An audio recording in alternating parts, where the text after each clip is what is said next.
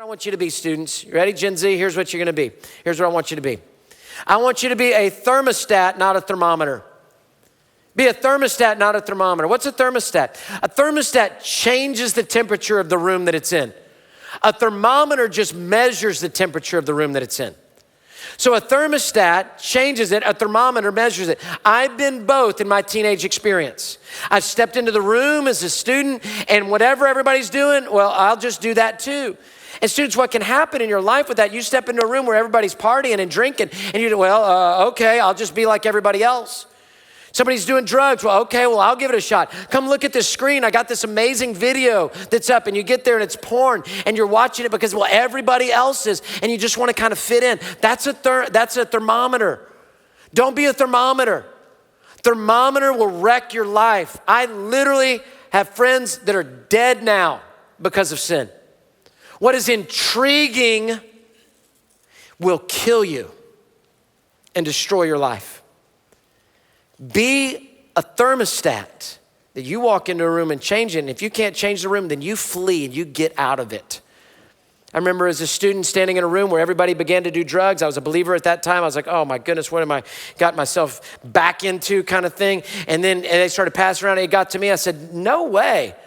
I'm out of here. I'm gone. And I left the room. And let me tell you this, students, you call your parents when that happens. And parents, you come and pick them up, no questions asked. That's the thing we got to make as a commitment. Parents, we won't ask a single question. Students, you can blame anything you want on us as parents.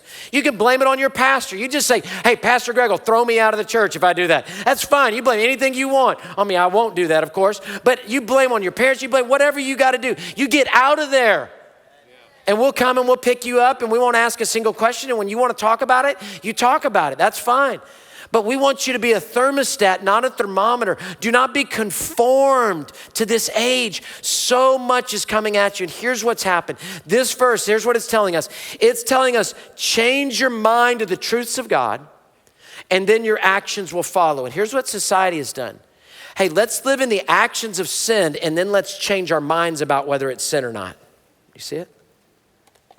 And God's saying, no, I want you to live by truth. And if you live by truth, that truth will renew your mind and transform your mind. Not conform, but instead we're looking and we're going, okay, we got all this sin. Let's now rethink it differently and let's conform instead of transform.